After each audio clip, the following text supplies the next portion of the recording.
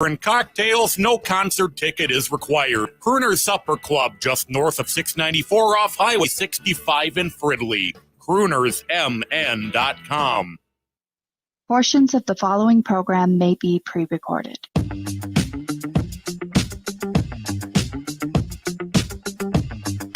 AM 950, the progressive voice of Minnesota, the Matt McNeil Show for your Monday. Matt and Patrick here. Hi, how are you? Patrick, how was your weekend? It was kind of up and down. Yesterday I was craving Mexican food, so I got this thing. I don't know if you eat a lot of Mexican. It's called chori pollo, which is like chorizo, chicken, and cheese on one plate, and it's nice. Amazing. Oh, where was that at? Just over here in Eden Prairie, about 5 minutes from the station. Man, now you're getting okay. Now my day is turning a little brighter. That sounds nice, man. Oh, that's good. So it was topsy-turvy. What was the downside to this weekend? If that was the positive. Unfortunately, we did have to say goodbye to my great uncle as well. He was 94. He had a good life. That was very nice. I'm first of all very sorry to your family there. Nice run. 94 is a good run. So what year was he born then? He was would be 1920 30 or 29 or 28 or 29, I think. 28, I bet it is. Well, if he's 24, 28, something like that. Wow. Nice run. Well done. So all my best to your family there. It was nice to watch things. I had kind of a nice light weekend. I do not realize how much my wife and I try to get out during the winter, because it really is. I mean, if Minnesota can be a pretty brutal place if you don't have activities to do when it's cold outside and stuff, or you just don't venture outside into the cold. I mean, and we generally do. This year we couldn't necessarily because I had to be very careful with the recovery, but we did go on out and we did a lot of things, a lot of plays, a lot of shows, concerts, a lot of fun. Had a good time. This town Minneapolis, St. Paul is amazing. I love this city. And this weekend I just basically said enough's enough. I watched some very entertaining college basketball. I watched some of that. Watched our Golden Gophers, Frozen Four bound. Tampa. Really? Tampa? Why are we going to Tampa for the Frozen Four? Is there even any Florida teams who theoretically could have made the Frozen Four? I don't think there were any in the 16-team bracket, were there? Is it Alabama Birmingham has a hockey team? I think they do. For some reason, I wasn't sure if they had it or had one and got rid of it. Or I don't think there's another one south on the Mason-Dixon line, now that you mention it. I don't think there's another one south on the Mason-Dixon line. Yeah, it's okay. It'll be slow skating. The humidity will play havoc with the ice. So good luck out there, guys. So yeah, it looks pretty good. I'm a little concerned they might match up with Michigan in the final. We'll have to see how it happens there. I hope you had a good weekend. Now, I'm going to put out this warning on this show.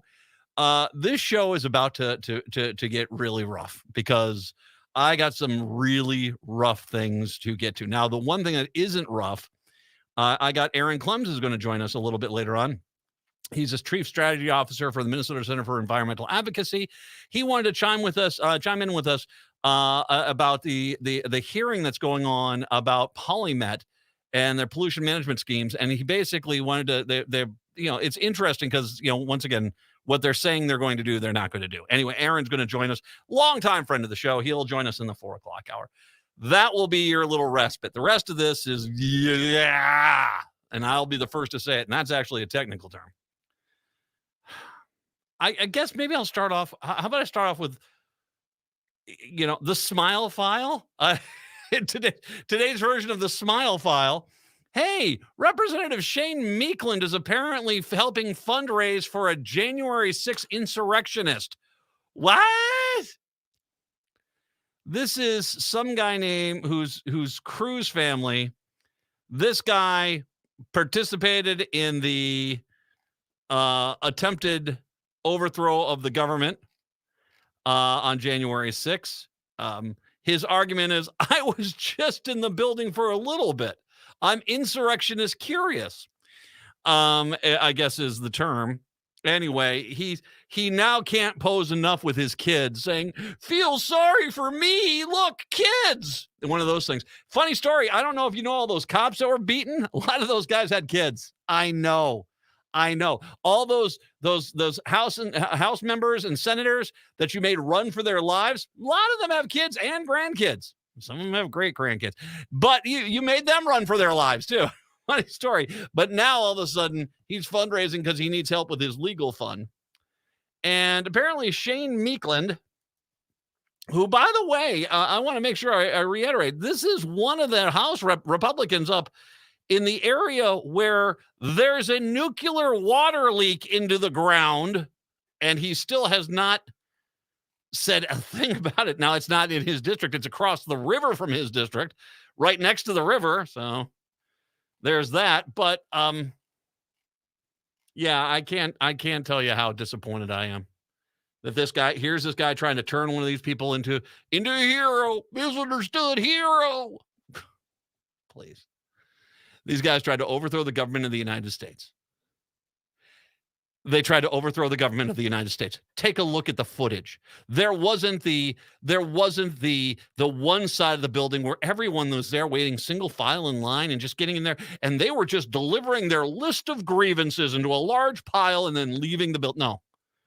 There was beating cops. There was feces smeared on walls. I don't care if the guy went in there for 5 seconds. He marched on the Capitol with a group of people whose goal was to basically overthrow the Capitol. And your argument can be, well, I was only in there for a little bit. You were there. And I have zero tolerance for traitors to the United States. Apparently Shane Meekland loves them, I guess. I don't know. What a punk ass. Seriously. What are you doing, man? Is this all those people up there in your district are all January 6ers? Is that what it is? Because I can tell you right now, most of the polling on this shows that most people do not think that their January 6ers were heroes. They weren't. They were traitors to this country. End of story, end of discussion. And shame on you, Shane Meekland. Shame on you. I can see what kind of person you were raised to be. Dear Lord. Just disgusting. Just disgusting. 952-946-6205, 952-946-6205. I wanted to get that out because I wanted to take the next few minutes to talk about what is really the main story today of what's going on in Nashville, Tennessee. As you probably already know, it's the same day. It's just another day in the United States where the Republicans worshiping of the gun culture means we have to sacrifice children in this country to gun massacres to appease the gun gods. A female shooter wielding two assault-style rifles and a pistol killed 3 students and 3 adults in a private Christian school in Nashville on Monday, and the latest in a series of mass shootings in a country growing increasingly unnerved by bloodshed in schools. Police said they believe the 28-year-old female shooter was a former student at the Covenant School, a Presbyterian school founded in 2001. Police shot and killed her. Investigators were searching her Nashville area home. The attack at the Covenant School, which has about 200 students from preschool through 6th grade, as well as roughly 50 staff members, comes as communities around the nation are reeling from a spate of school violence, including the massacre at an elementary school in Uvalde, Texas last year, a 1st grader who shot his teacher in Virginia, and a shooting last week in Denver that wounded 2 administrators. It was, and by the way, in almost every day in this country, there's a gun incident in our schools. Almost every single day. Some days we have 4 or 5. But this is already, just prep yourself for, this is the cost of freedom. Notice the people that scream that. It's never their kids that get ripped to shreds by bullets that are the sacrifice that needs to be made. No, it's all your kids so that they can sit there and cower in their basement wrapped in all their guns because they're impotent to the soul. My God. Again, I've got to do this show again. I was literally moved to tears to see this and the kids as they're being ushered out of the building, said Metropolitan Nashville Police Chief John Drake. at an afternoon news conference. The identities of the deceased and the suspect have not been released. The shooter's motive was not immediately clear. Now, once again, I want to remind people this was a K through 6 school. K through 6 school in the Nashville area. So the age of the children is probably going to be 12 or younger. And every child in that school is now emotionally scarred for life. It wasn't the gun, Matt. The person who fired the gun. Yeah, but if they took a bow and arrow into the school, they wouldn't have killed 6. If they were taking a knife into the school, they would not have killed 6. And just they're so desperate to believe that the gun is this innocent creature. They're designed to kill as many human beings as possible, as quickly as possible in a war zone. They should not be available on the market for people who are mentally freaking deranged to easily get the vehicle of their slaughter just by simply throwing some cash down on the counter. And I want to make sure I point this out. The House Republican who represents this district is a clown car that basically put out a Christmas card with him and his family owning the same damn assault weapons that slaughtered these kids. Because guns in Jesus. And that is the most broken mentality you could have. That is the most broken mentality. It's too early to talk about these things, Matt. It's always too early. And guess what? We won't have the conversation tomorrow because there'll be another slaughter. And we won't have it the day after that because there'll be another slaughter. This is, we have to basically get this down to the most guttural base point that it can be. There are too many people in this country that believe we have to sacrifice the lives of our children to appease the gun gods. And that is it. This is no different than 3,000 years ago and some guy basically massacring a goat on a volcano side to say that hopefully this brings rain this year. Because the same amount of science that goes into that little weather forecast is basically the same amount of damn science that goes into this more guns keep us safer insanity. So this is what it is. There are too many people in this country who basically say the lives of our children, not their kids, mind you. No, their kids don't get touched. But the rest of our kids, they need to be served up to the gun slaughters of this country to appease the gun gods, which are basically just gun company executives and bullet manufacturer executives. That's all they are. Tell me what law we could have in place that would have prevented this. Okay, mental health checks, banning assault weapons, make sure anyone that sells a gun illegally basically is thrown into jail for 20 years. Mandatory gun locks in the home. Like I said, mental health background checks. I mean, we could go through the freaking laws that would have stopped this. But then the next thing that word out of your gun delusional freaking minds is going to be, we can't do that. The founding fathers wanted crazed individuals to go buy weapons of mass destruction that weren't even possible in their time to even comprehend and use those weapons of mass destruction to slaughter as many children as possible in a classroom. That's what the founding fathers wanted.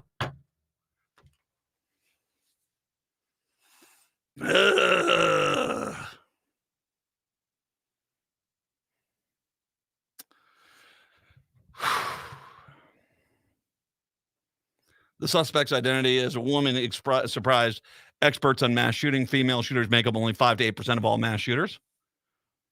Researchers believe there are 3 main explanations why men commit more shootings than women, according to John McNeil.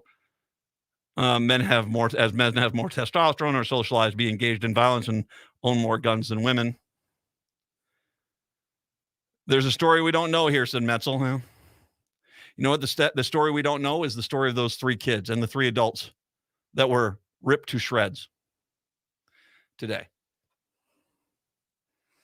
Monday's tragedy unfolded over roughly 14 minutes. 14 minutes. 6 people dead in 14 minutes.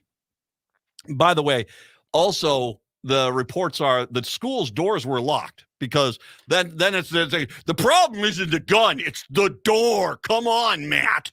Why are you blaming the inanimate object when we can blame the other inanimate object? Come on, Matt. Apparently the doors were locked, but funny story about an AR-15, that door ain't locked.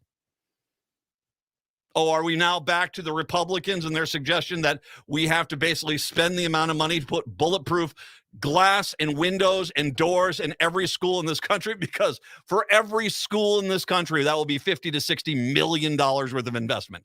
50 to 60. Or we could just regulate the freaking guns. Either one of the two.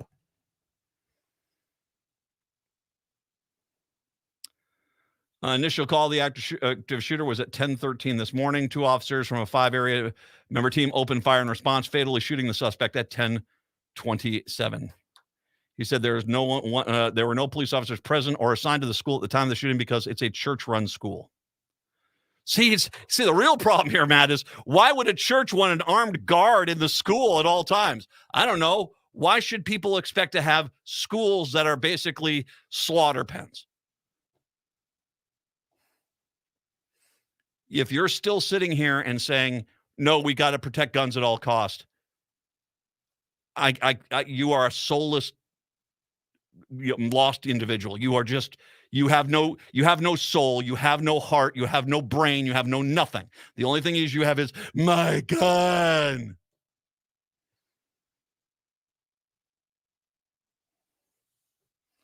I don't know. And we've seen how broken these people are. I mean, Steve Scalise, the representative, was shot. And he still can't stop making out with guns every time he sees one. No, you nearly killed me, but I love you. I don't know what you do here.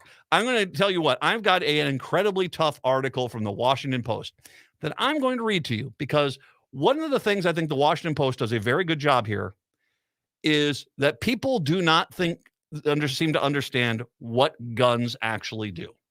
And I'm going to tell you exactly what guns do, and it's pretty brutal. So prepare yourself. 952-946-6205. 952-946-6205. It's the Matt McNeil Show right here on AM 950. Crooner's Supper Club invites you to enjoy drinks, a delicious dinner, and live music from both big-name local and national artists in a wide array of styles. Before or after your show, check out the new Maggie's Lounge, a perfect spot to visit with friends. It's open Wednesdays through Sundays beginning at 4:30 with cocktails and light fare. And you don't need a ticket to enjoy the great atmosphere of Maggie's. Crooner's Supper Club off Moore Lake and Highway 65. A little piece of old school nightlife in the 21st century. Do you have a car you no longer need but don't want to jump through all the hoops to sell yourself? Rudy Luther Toyota can help with their We Buy program. It's really simple. Go to rudyluthertoyota.com, click on the We Buy link, type in some basic information, and Rudy Luther will get you an instant and accurate offer. Then set an appointment, and after a quick verification of the vehicle, Rudy Luther will set you up with your payment with a check on the spot in most cases. We Buy, it's that simple. For more details or to sell your vehicle, head to rudyluthertoyota.com. That's rudyluthertoyota.com. The St. Paul Art Collective is thrilled to announce the return of the St. Paul Art Crawl this spring. New for 2023, the St. Paul Art Crawl will now span 4 weekends from April 14th through May 7th. The event will showcase the work of local artists from 10 distinct art districts in St. Paul. This year's crawl promises to be bigger and better than ever, with 21 different venues hosting hundreds of talented artists, live music, dance, and delicious local food. As the longest-running art crawl in the United States, the St. Paul Art Crawl is an iconic event for art lovers and collectors alike. You can explore the city's diverse neighborhoods and experience the unique creative vision of each artist. The casual and family-friendly atmosphere makes it a must-attend event for anyone looking to support local art while having a great time doing it. So wander the St. Paul Art Crawl and discover the wonder of it all. That's 4 weekends spanning April 14th through May 7th. More at stpaulartcollective.org. Connections radio show is all about tapping into our hardwired hunger to connect. We examine meaningful connections to ourselves, our community, and the world around us. By opening the door to innovative insights by a wide variety of interesting guests, we'll make the connections to something bigger than ourselves. Join me, Lori Fitz, your host of Connections Radio Show, and together we'll make the connections. Saturday mornings at 9 a.m. on AM 950, the progressive voice of Minnesota. AM 950, the progressive voice of Minnesota. It's the Matt McNeil Show. I want to make sure I mention the Lazaro trial I'm going to come to at 4:30 and so on. I want to talk about this because that's going to be, and I want to make sure I'm putting out a warning here. When I'm going to talk about the testimony today at the Lazaro trial, it's disturbing. It's freaking disturbing. This is too. Another shooting, this time in Nashville. Now, I have often talked about how people in this country, especially the people that love guns, do not understand what bullets do. And I really do. I do sincerely mean that. They think I blew up bottle. Now I'm going to stare at the sun. Yeah. They don't understand what these weapons do. The difference between, and I've said this before, I have no problem with hunting weapons. I have no problem with personal defense pistols. The difference between those and what these ARs and these assault weapons are is that these weapons that are designed, when someone sits down with a piece of paper, a piece of graph paper and a pencil to start designing the weapon's purpose is to kill human beings. That is not something, I mean, anyone that hunts with one of these things is insane. These are, and the reason why is that it has a lot to do with the bullet. Now, a long time ago on the show, about 8 years ago, there was this gun rights advocate woman who basically was talking about guns. They're the greatest thing ever. And her kid found a loaded gun in the back seat and shot her through the car seat. And now this was apparently a high caliber pistol. It did an insane amount of damage because that's what bullets do. You can't have something that spins out of the barrel of a gun coming at the force and speed that it does, not leave a distinct mark. But not all bullets are the same. Some are designed to actually do as much catastrophic damage as possible. And it's not because there's some kind of specialized James Bond bullet. No, it's just because the weapon is designed to send the bullet in a trajectory, in a pattern to where then it hits, it absolutely destroys everything. That way, even if you're on the battlefield, you're hitting somebody and even one bullet will cause so much substantial damage to that individual that one bullet will kill them. Because these things are not designed to take prisoners. They're not designed for survivors. They're not designed for this. And yet, for some reason, we think basically unstable individuals should have unlimited access to them. From the Washington Post, a series of the scenes of chaos and terror are all too familiar in America. The AR-15 fires bullets at such a high velocity, even in a barrage of 30 or even 100 in rapid succession that can eviscerate multiple people in seconds. A single bullet lands with a shockwave intense enough to blow apart a skull and demolish vital organs. The impact is even more acute on the compact body of a small child. From Joseph Saccharin, a gunshot survivor who advocates for gun violence prevention and is a trauma surgeon at Johns Hopkins University.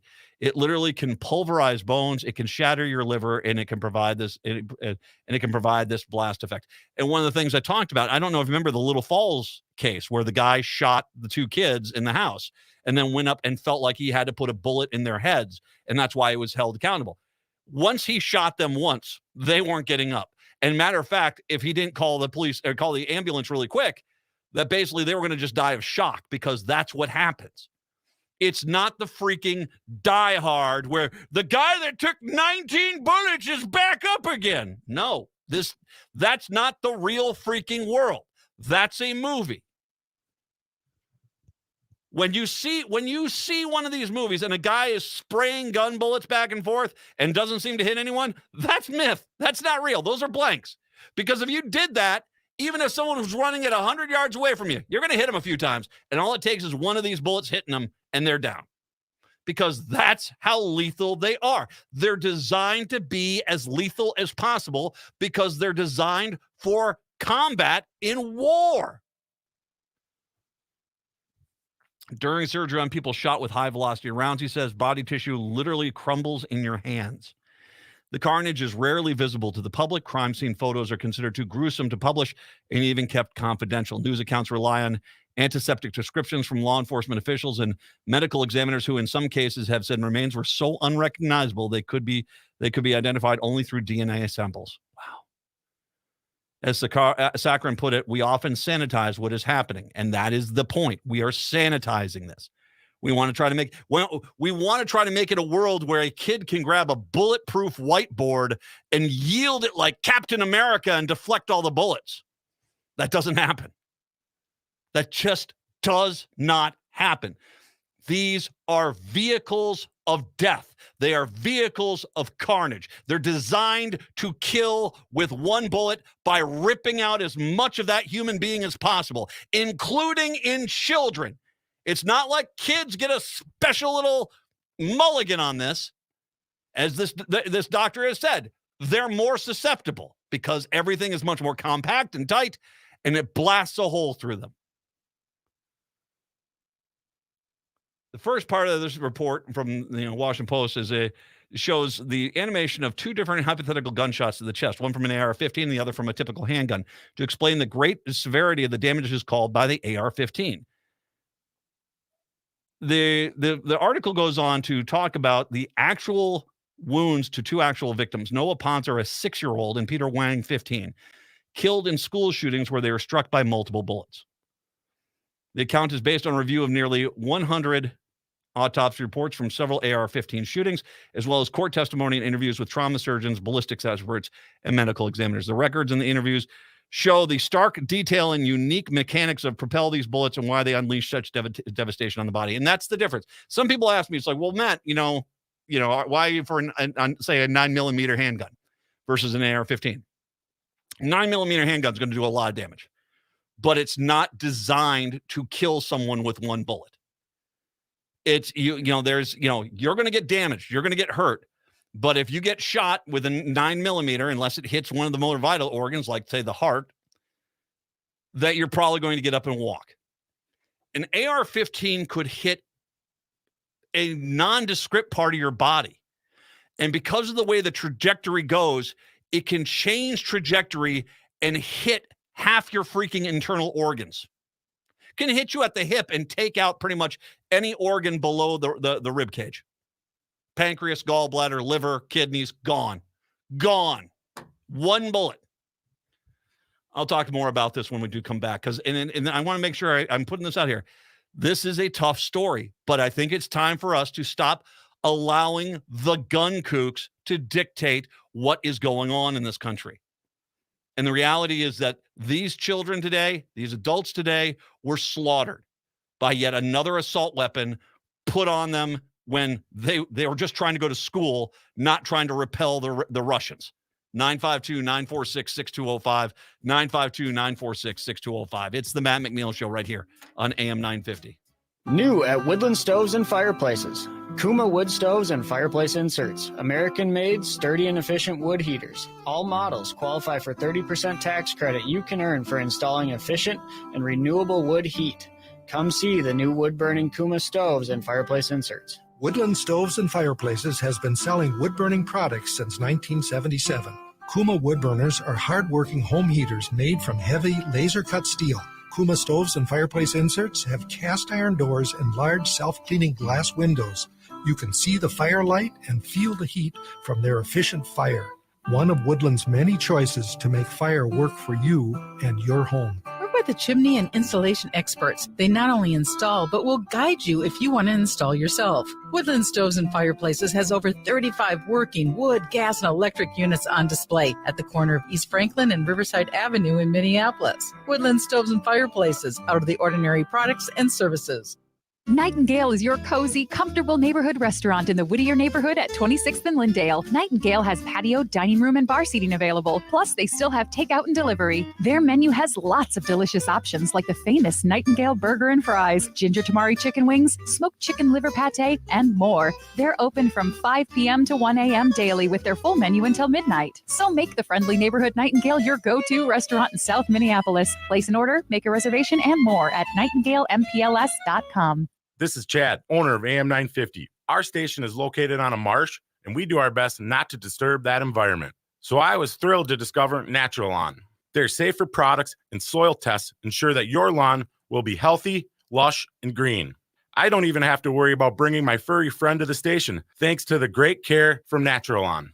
I highly recommend Natural Lawn to keep your lawn beautiful, healthy, without compromising safety and sustainability. More at naturalawn.com. 2023 is here, and you can make it the year of the Eagle with the National Eagle Center. You and your family can enjoy exciting Eagle experiences, including field trips, private habitat tours, and exclusive behind-the-scenes tours. Meet live eagles up close, view bald eagles and golden eagles in the wild, and receive personal one-on-one education with dedicated and knowledgeable Eagle experts as you journey into the world of eagles like never before.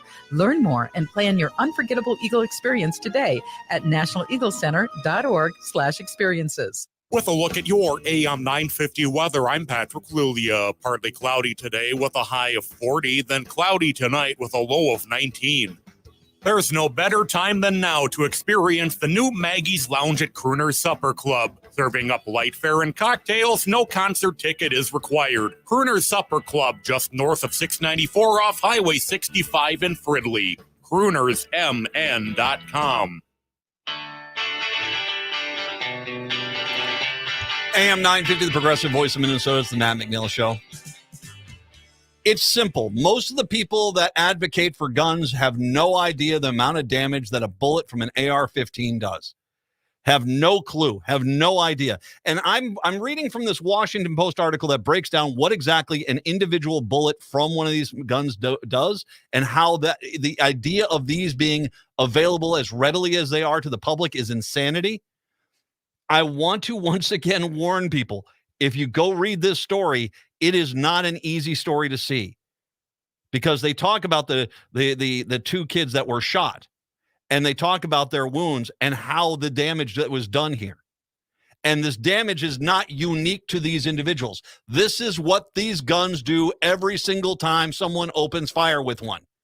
This is what these guns do every time someone opens fire with them. When multiple bullets from an AR-15 strike one body, they cause a cascade of catastrophic damage. This is the trauma witnessed by first responders, but rarely, if ever, seen by the public or policymakers who write the guns.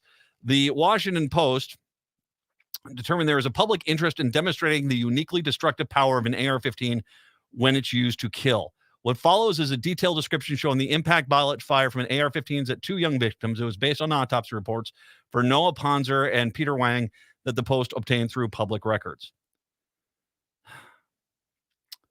Due to the unusual nature of these presentations, the Post took adding step of seeking and receiving the consent for the victims' families before proceeding with this account. The Post offered the families the opportunity to view the descriptions in advance of the publication, which they declined to do. The families also declined to be interviewed for the story, but a spokesman for the Wang family offered the statement explaining why Peter's parents, Hu and Kong Wang, provided their consent to the Post. Peter's parents want people to know the truth. Said Li Chen, their niece and Peter's cousin, they want people to know about Peter. They want people to remember him. So it's rough. So bullet goes into the chamber. And I'm going to read from this as the Washington Post has put this. This is a .223 caliber size round inside the AR-15. What makes the weapon so deadly is the speed of that bullet. It is small and light. Its cartridge holds enough propellant to send the bullet flying out of the barrel at a speed that would cross 6 football fields in a second. It then compares it to the 9mm round. And basically then goes through it and talks about the damage that is done in these cases. First on Noah. Noah was found dead on the floor in the classroom 8 at Sandy Hook Elementary on December 14th, 2012. He was 6. He was wearing a red Batman sweatshirt, black pants, and black sneakers. He loved Batman. He was full of energy. His family said, curious and imaginative. He wanted to be an astronaut. He also wanted to manage a taco factory because he loved tacos.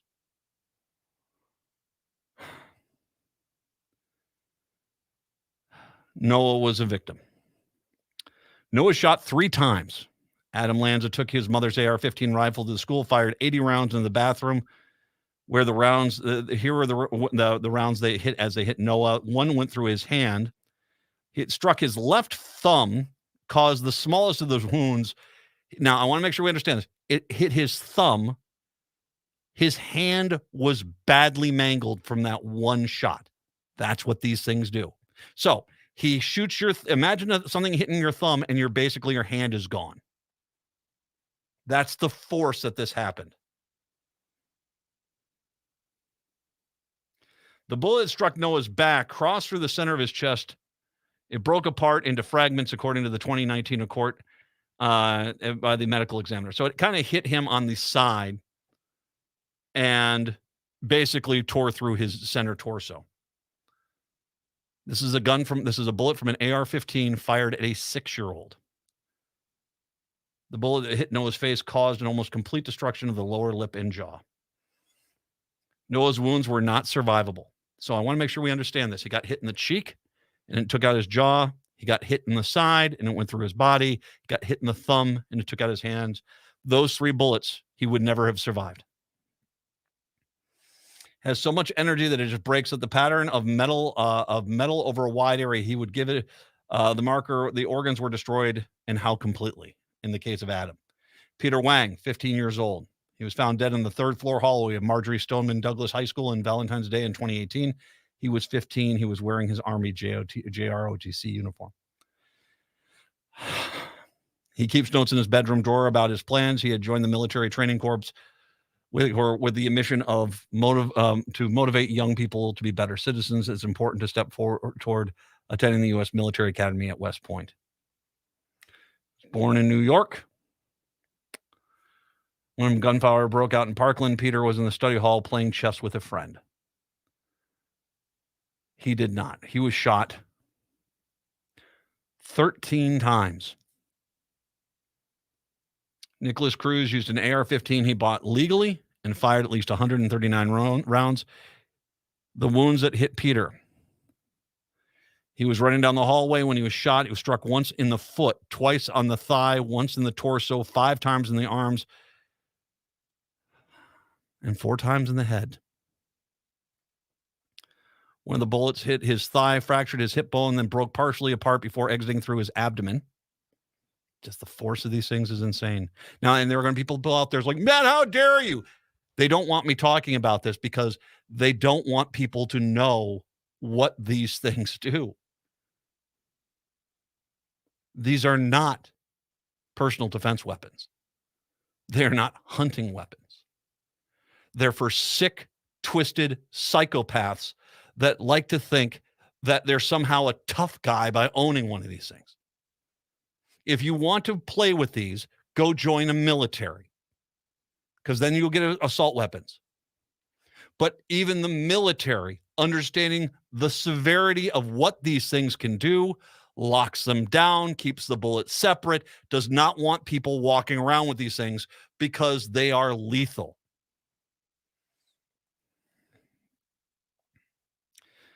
Two bullets, and I'm editing this. I have to edit this. If I actually read this as they wrote it, because if factually, it would break your heart. 2 bullets entered Peter's chest. 1 entered his torso. 3 large exit wounds from those, which you probably would never have survived those alone. 4 bullets entered his head.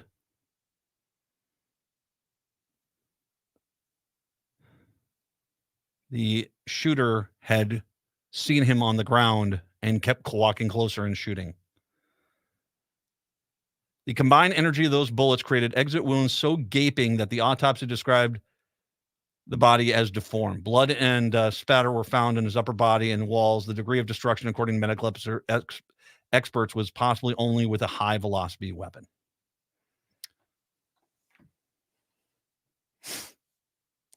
That's what happened today in Nashville. That's what happened today in Nashville.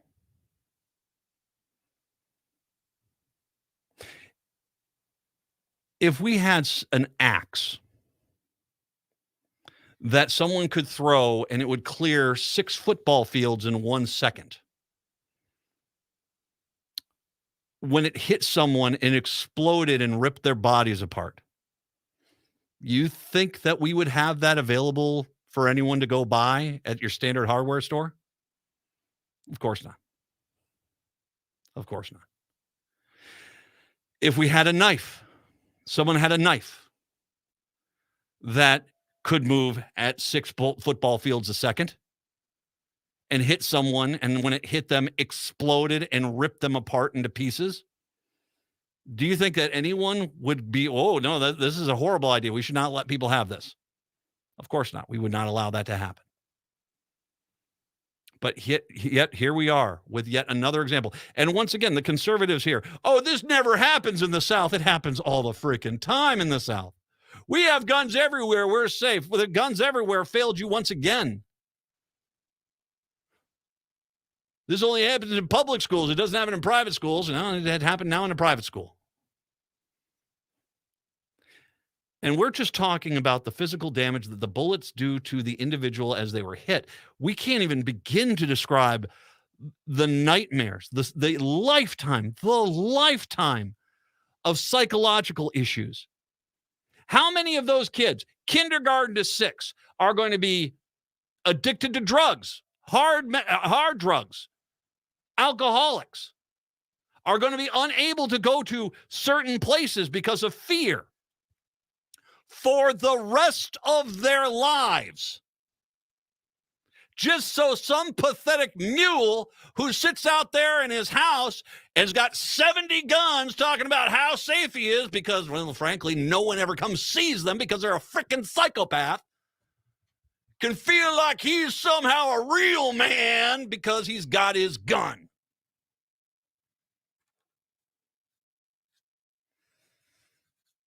It's not rocket science. You cannot stop people from being mentally compromised and mentally broken. You can't stop that. What you can do is make sure that they do not get the weapons that allow for the most mass level of carnage possible to innocent children, because that would be crazy to allow that to happen. And yet right now, I guarantee you, there are Republicans who will go on out there and say, dang right, I want these psychopaths to have more guns.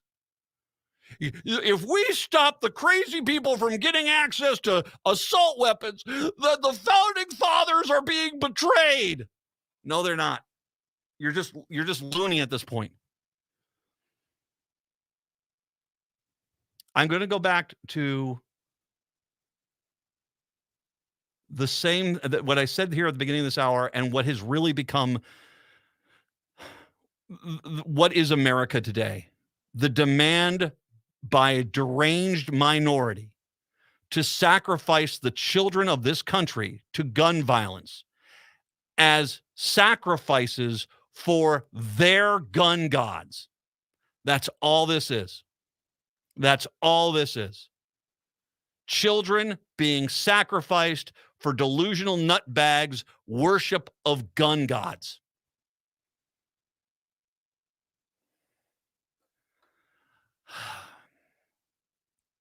And yet, if you suggest, how dare you? Isn't it funny? I mean, we've had 20 years of Republicans saying, well, we should do, we should get mental health. Do the Republicans ever put any money towards mental health services? Minimal, token at best. I've said, a simple thing you could do tomorrow, which no one should be against, is make it completely and totally illegal and an instantaneous jail sentence for someone who illegally sells a gun to someone else. And yet you can't even do something so common sense as that in this country without, well, wait a second here. You're stopping American business then. So here is Chet, and he goes into Indiana and he buys out 400 guns legally in Indiana and then drives them into Chicago so he make a pretty penny selling them on the street. That's just capitalism. Why are you against capitalism? I'm going to post the Washington Post story for you. I want to once again advise you. This is a rough one to watch. They have graphics that show you exactly what happened here. But I would highly recommend you do this and send this to every Republican politician you know, because they don't care. They don't know, nor do they care about what these bullets actually do. Because if they did, I don't think they would be so blind to what is going on in this country. But yet here we are once again. There are, right now, as we speak, millions of dollars are being spent. Checks are being written to politicians to basically buy them off to do nothing again. Those checks come courtesy of the gun and bullet manufacturers and the lobbying industries that protect them. And the checks are going to Republican politicians, some Democrats too, who basically can't do enough to basically say, sure, I'll take another campaign donation. Guns are great. God help us all. 952-946-6205. 952-946-6205. We'll take a break. Come on back. It's the Matt McNeil Show right here on AM 950. This is Ross Statheim, partner at MJSP Employment Justice. When you've been wronged at work or something just doesn't feel right, it's hard to know what to do next. Our firm can help. We pride ourselves on communication and listening to our brave clients to obtain their own brand of justice. When you hire MJSB Employment Justice, you're not just a number. You're a valued client who will be represented by one of our experienced and accomplished partners every step of the way. That's our promise. Be heard. You deserve better. Contact us today at mjsbjustice.com. Hey, it's Patrick. Improve your air quality and health because Zero Res is the only choice for a true clean that lasts longer. 1 in 5 Americans suffer from poor air quality in their home and or their office. HVAC systems carry harmful particulates and promote asthma, hay fever, and allergy symptoms. A clean HVAC system promotes a healthier indoor environment, which contributes to productivity, comfort, and a sense of health and well-being. Zero Res uses the most technologically advanced duct cleaning process available. The best part? We can install an air purification and filtration system on the same day. Instead of letting these pollutants linger, get your air duct Zero Resified. This month, get 3 rooms Zero Resified from the Twin Cities' #1 carpet cleaner starting at just $129 and take $75 off your air duct cleaning. Call Zero Res right now, 952-ZERO-RES, or go to ZeroResMinnesota.com and ask for the AM 950 special. Zero Res. Do you believe in ghosts? Ever wondered if aliens from other planets visit the Earth? Have you ever thought about whether Bigfoot is real? My name is Greg Bakken, and on my new show, Ghostbox Radio, we'll have these conversations about the paranormal, ufology, Bigfoot, or just the unusual, bringing together guests who are experts in these fields. Join me every Sunday at 4 p.m. for Ghostbox Radio with Greg Bakken on AM 950, even if you're a skeptic.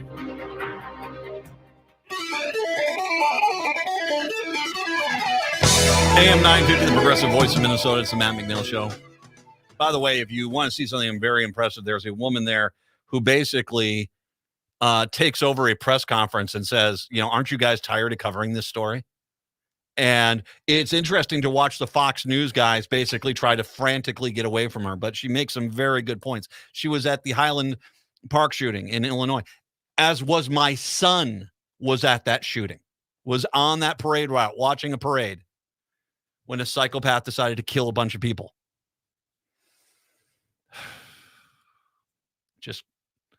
You're broken people. You're just broken people.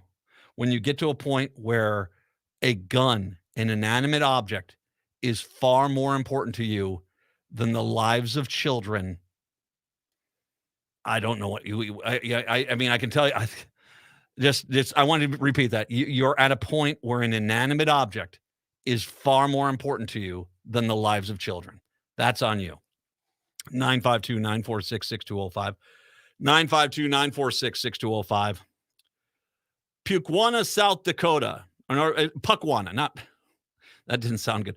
I think it's Puckwana. No, I don't think it's Puckwana. I think it's Puckwana, South Dakota. Small town off the Interstate 90 and east of Chamberlain is employing a new strategy to boost their population, attract new businesses, and revitalize its community. Puckwana, South Dakota, a community of just over 230 residents, is accepting applications for housing lots in the middle of town to build on. The price, $0. The town acquired 4 lots of land that have all the necessary infrastructure, such as water, sewer, electricity, adjacent to the building sites. We decided that we would maybe just give them away and we'll regain our investment through the taxing structures, said Puckwana Mayor Larry McNeil. Plus, it will be an addition to the town and maybe promote some other people who want to come to our little community and build a new home also. Mayor McManus believes that the best asset is the relaxed atmosphere. He and Finance Officer Lonnie Sharping see many other benefits moving to Puckwana as well. I think the interstate and the river and the community, we have a lot of folks coming through for the river, explaining Sharping, and a lot of folks are looking to get out of the bigger towns. Now, I will say exactly what I said when I read this. There is no way on the planet I would move to a state where they're actively taking away people's rights and actively trying to create a second-tier class of human being by attacking the LGBTQ AI plus crowd. I do not believe that is, I have no intention of going to your state. No. But can I tell you, this is great news for some people. Guys like Jeremy Munson and the rest of the Republican Party who hate it here. Hate it here. Here you go. There you go. We got free lots for you. You can go build the house of your choice in Puckwana, South Dakota. All you have to do is go get one of the lots, and you're good. You are no longer burdened with the yoke of Minnesota ever again. Off you go. Bye-bye. So long. Seriously, why are you here? And it is hilarious how many Republicans hate living here. Go. And I talked about this a few weeks ago. Seriously, you'll be so much happier moving. Will be a lot happier. You're pains in the ass. Let's just be honest with you. Just massive pains in the ass. I can't stand someone who's like a nice sunny day is like, I hate this weather. You know, like, okay, yeah, fine, whatever. You basically want to live in Minnesota, which is the land of milk and honey. You want to basically act as if this is the worst place you could live. Well, fine. Move. And as a matter of fact, I'm calling all your bluffs right now. Move. Here, you got 4 free lots of land out there in South Dakota. All you have to do is go out there and build. And scene. Done. You're gone. So either you do go out there and take advantage of it, or you basically are only just putting out talk that down deep inside, you know, well, Minneapolis and Minnesota are really nice. I mean, the healthcare here is good. They got pretty good clean roads. They've, winter's a little rough, but it's okay. And sure, we do have some taxes, but at the same time, you definitely see where the tax money is being spent in this state. It's a good thing overall. That's not a bad thing at all. Which means this: shut up. You're pathetic. Just pathetic. If you don't like it here, go. Find wherever. You seriously, just go. Go be happy somewhere else. You're not happy here. Go be happy somewhere else. You got one trip around on the spinning rock. Go find your happy zone. Because if it's not here, it's got to be out there somewhere. Maybe a militia compound in Montana. I don't know. But off you go. Skedaddle. Off you go. Because I can tell you right now, so many people are starting to move into Minnesota now, because we're one of the few sane states left, that you'll get a good return on your house. It will sell quick. No one here is going to miss you. Seriously, let me make sure we say that. No one here is going to miss you. So go. Be happy. Or else just shut up. Because you know what? Your ranting's getting tired, for God's sakes. Hour number 2, Aaron Clems. That's coming up next.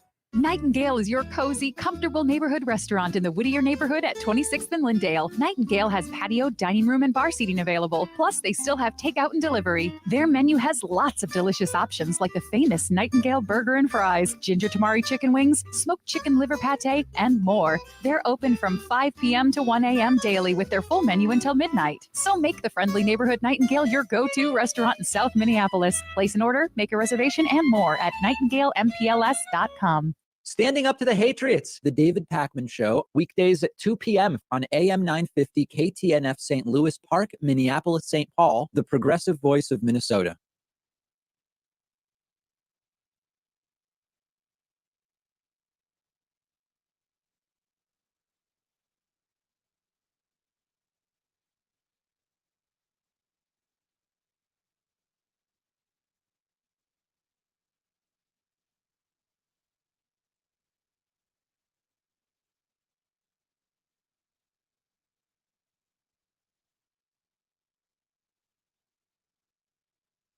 AP News. I'm Ed Donahue. 3 children and 3 adults are dead, shot at a school in Nashville.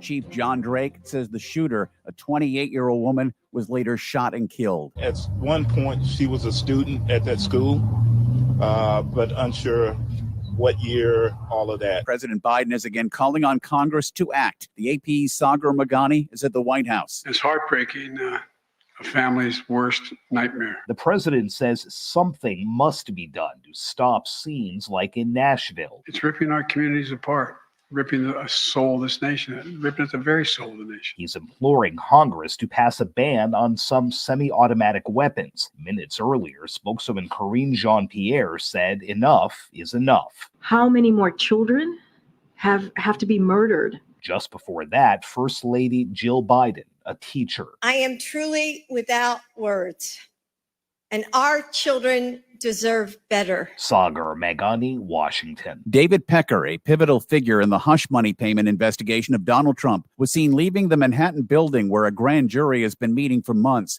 There's still no word on when the panel might vote on a possible indictment of the former president. The family of an American couple who has been kidnapped in Haiti is pleading for their release. Nikis Toussaint says the gangs kidnapped her brother, his wife, and a third person traveling with them March 18th. In Utah, Terry Sanderson testified about being hit on the ski slope by Gwyneth Paltrow. Everything was great, and then I heard something I've never heard at a ski resort, and that was a blood-curdling scream. Just, I can't do it. It was... And then, boom. The man suing Paltrow says he was rammed into from behind and sent absolutely flying. Stocks finished mixed. The Dow up 194 points. This is AP News. Paid for by Christian Care Ministry. You know, it's true. Difficult times have a way of focusing us. We have to think about what matters most when it comes to our spending, our health care. No doubt. This is why so many people are joining MediShare right now. MediShare is a trusted way to save up to 50% on your monthly healthcare costs. More than 400,000 people have already made the switch. It's pretty obvious why, too, especially now during this challenging season with healthcare costs and out-of-pocket expenses going up. MediShare can save you a lot of money. The typical family saves $500 a month. And MediShare is a Christian healthcare sharing ministry that's worked beautifully for 27 years. There are different options to choose from to fit your budget. I'll give you the number here in a second. And if you call, you can get a price within 2 minutes. Maybe now is the perfect time to make the switch and start saving. Here you go. Call 855-51-BIBLE. That's 855-51-BIBLE. 855-51-BIBLE. Turn to Auto Technical with your vehicle donation. We have families waiting for a car. You know, over 85% of unemployed are successful in finding and keeping a job if they have dependable transportation. A car plus a job equals a life changed. 612-919-5526. We have families waiting for a car. 919-5526 or autotech.org. Winter is here, and there's a good chance your home isn't being heated efficiently. And it's likely because of air sealing and insulation problems. Inadequate attic insulation is the leading contributor to high energy bills, cold rooms, and ice dams. Great news, the energy-efficient pros at Snap Construction can fix it all. Stop the heat from leaking out and save. Call 612-333-SNAP or visit snapconstruction.com for your free infrared energy inspection. Install with Snap Construction and qualify for over $750 in rebates and incentives. State and city programs are now offering 0% financing for qualifying insulation upgrades. So call Snap Construction for your free insulation energy consultation and start saving on your energy bills. Call 612-333-SNAP. That's 612-333-SNAP. Or visit snapconstruction.com. Snap Construction is arguably the most well-reviewed insulation and exterior contractor in the metro area. Visit snapconstruction.com. With a look at your AM 950 weather, I'm Patrick Lulia. Partly cloudy today with a high of 40, then cloudy tonight with a low of 19. There's no better time than now to experience the new Maggie's Lounge at Crooner's Supper Club. Serving up light fare and cocktails, no concert ticket is required. Crooner's Supper Club, just north of 694 off Highway 65 in Fridley. CroonersMN.com. Portions of the following program may be pre-recorded. Hour number 2 of the show on your Monday. Good to be with you today. Matt and Patrick here, 952-946-6205, 952-946-6205. Once again, a little bit later on, I'm going to break down some of the testimony from the Lazaro trial today. Holy God. Yeah, this is a hard show, man, because you got to deal with the shooting in the last hour, but then the Lazaro trial stuff. I want to give you a heads up. This is some unpleasant testimony that happened today. We'll get to that here a little bit later on. Right now, though, a hearing is taking place in regards to PolyMet's permits here. This hearing is going to be taking place on November 1st, 2018. The Minnesota Department of Natural Resources issued PolyMet a permit to mine, but April 2021, the Minnesota Supreme Court reversed the permit, told DNR it lacked evidence necessary to issue the permit, particularly in relation to its pollution containment proposal. So now they're heading to an administrative law judge and a hearing on this. Aaron Clems is kind enough to join us. He is the Chief Strategy Officer for Minnesota Center for Environmental Advocacy, and he's kind enough to take some time today to talk about the hearing. Hi, Aaron. How are you? Doing great, man. How are you? All righty. Haven't chatted with you. Well, I heard you say earlier it wasn't such a great show so far in terms of like heavy stuff. I got that. Well, it is. Yeah, it's kind of coming down. I am looking forward to this though, because this is heavy as well, but we should make sure we understand this is not like some states where this stuff there wouldn't be any, stopping this kind of thing going through. That the Supreme Court did come down and say, okay, you guys, you're making this stuff. And okay, if I can paraphrase how I looked at the Supreme Court ruling, you guys are making up this stuff about, pollution containment. And so coming back, it really is a case where at least the Supreme Court came back and is saying, no, we can't allow you to do this if you don't have a legit plan in place to mitigate the pollution. Yeah, that's exactly right. I mean, I think that it's really worth noting that the Supreme Court basically said, we looked through the record, we looked through the entire record of tens of thousands of pages, and we could find not one shred of evidence to support this part of your plan, which is critical for your ability to reduce water pollution flowing through this for hundreds of years after you close.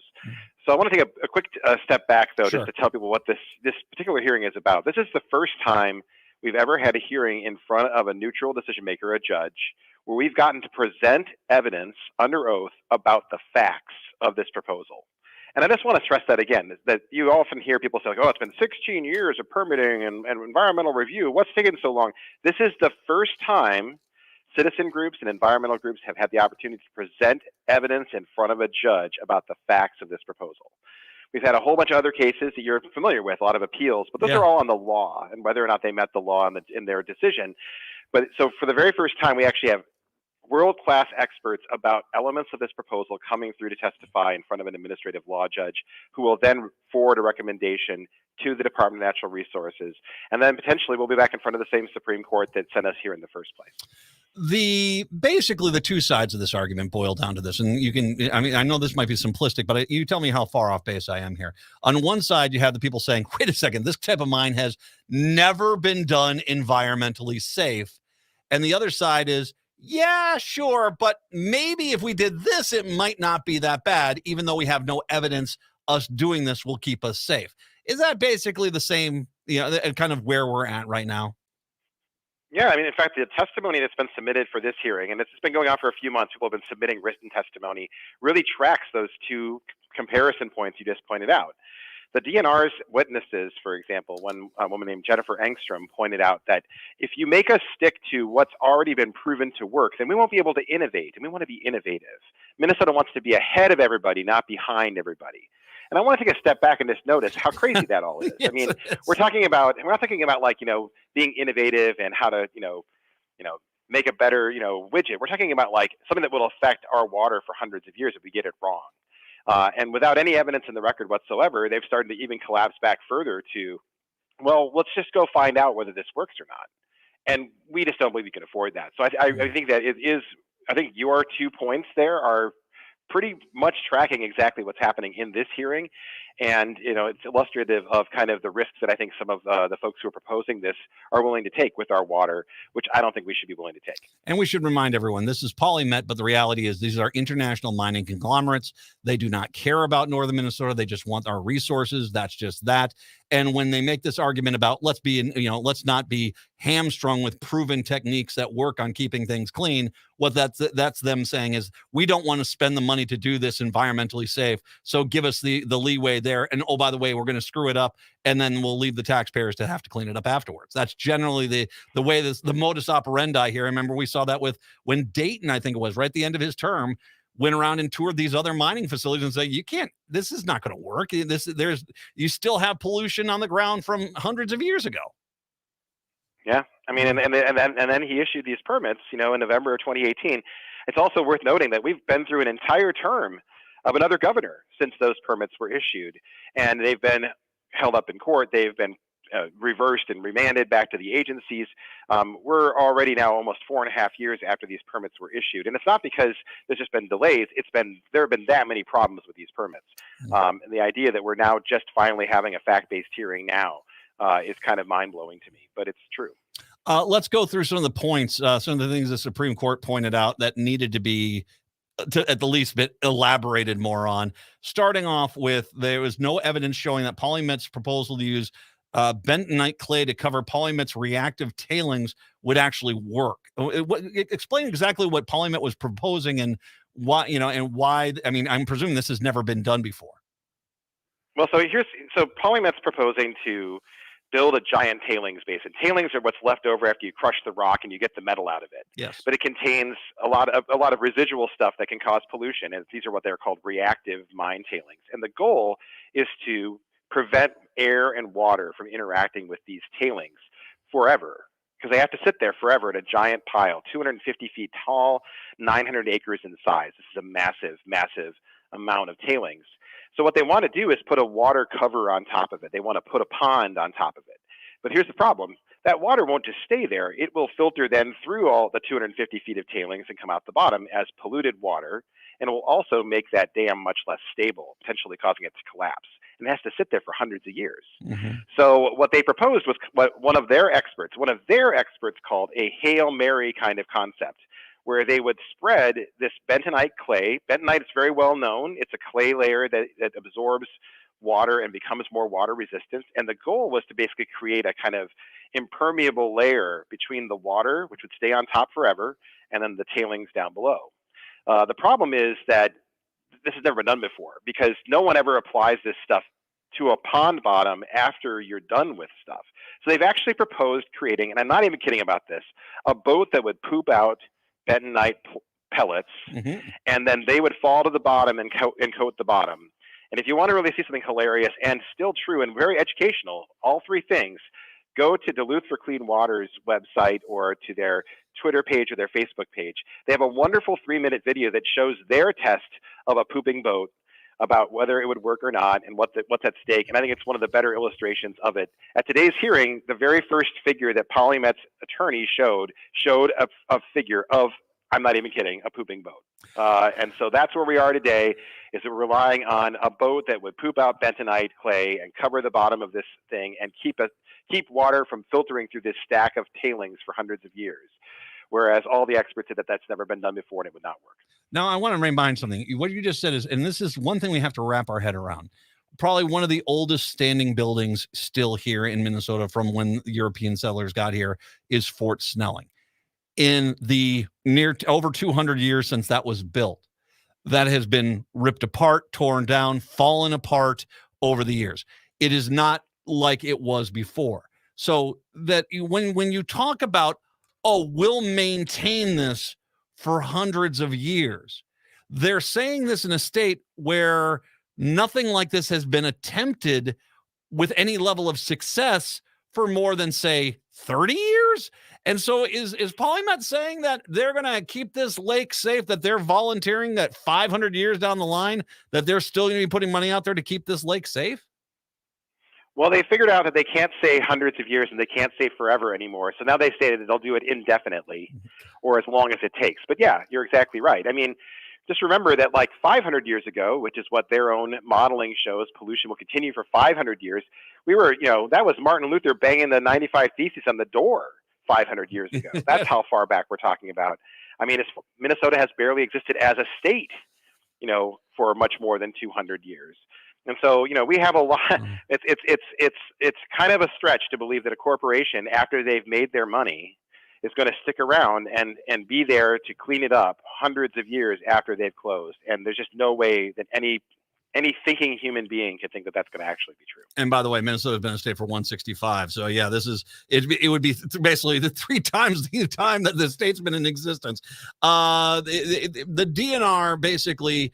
Apparently, they don't want, is it the dam design? They don't want people reviewing the dam design that they've put forward? Well, so here's the thing. When the Court of Appeals heard the case before the Supreme Court did, and when the Court of Appeals heard our appeal of the permit to mine, they ordered a contested case hearing on a wide array of issues, including financial assurance, in other words, the damage deposit that would protect taxpayers, including dam safety, including bentonite and other issues as well. The Supreme Court severely limited the scope of that contested case hearing, at least in one sense. They told the DNR, look, you're required to have a hearing on bentonite clay because there's literally zero evidence in the record that shows that your conclusions were supported. Mm-hmm. But you have the ability to expand this contested case hearing to cover all of these issues. And then they went on to further to note, hey, look, this stuff's going to come back to us again. We haven't ruled on the legal sufficiency of this permit. And so it might be a good idea for you to have a hearing about this so that when it comes back to us, you've got more evidence. But the DNR has just refused. The DNR said, nope, we're going to do the narrowest possible hearing on this one very specific issue that the Supreme Court has ordered us to do. We're going to ignore the Supreme Court's invitation to have a broader hearing under oath where all sides could bring their expert testimony and expert witnesses and cross-examine each other. I mean, look, this is the first time we're ever going to build a copper nickel mine in Minnesota if this gets done. It seems unreasonable to me that we've had contested case hearings about incredibly minor issues, but we're not going to have one about the first copper nickel mine and do it in a broad sense and let everyone bring their witnesses. I mean, that's how you figure out what the truth is. You bring experts and witnesses and you cross-examine them and you put them under oath.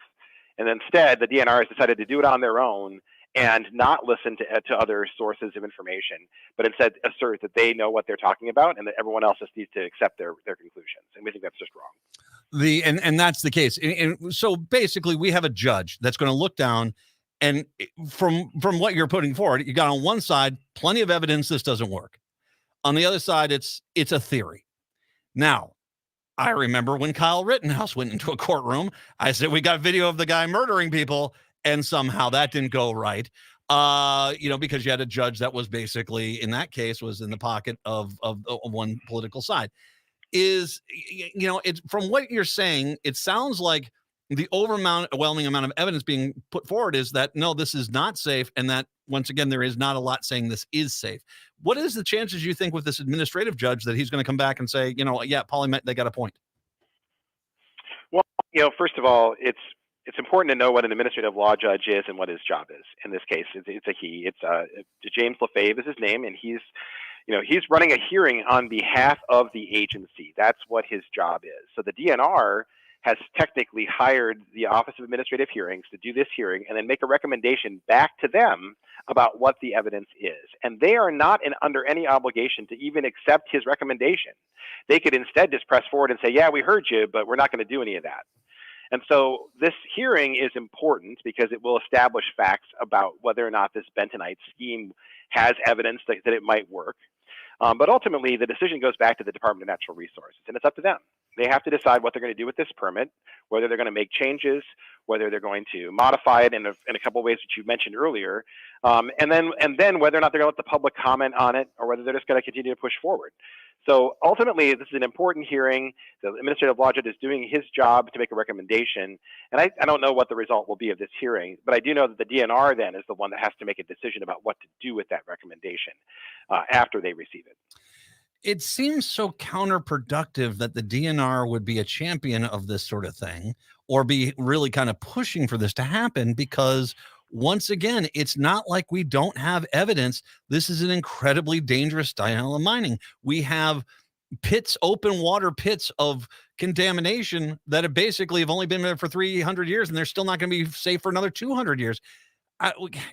Any idea why the DNR has all of a sudden just kind of it seems to abandon its job of protecting the natural resources for the people of the state?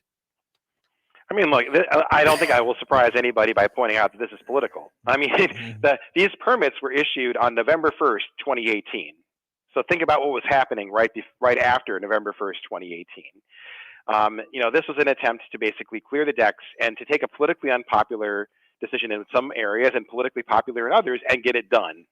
And I think that that's part of the issue here, is that the Department of Natural Resources is a creature of who runs the state, right? And in this case, Mark Dayton declared that he thought this mine needed to be permitted, and they got it done. And so that said, I think a lot of the political dynamics that were present in 2018 are not the same anymore.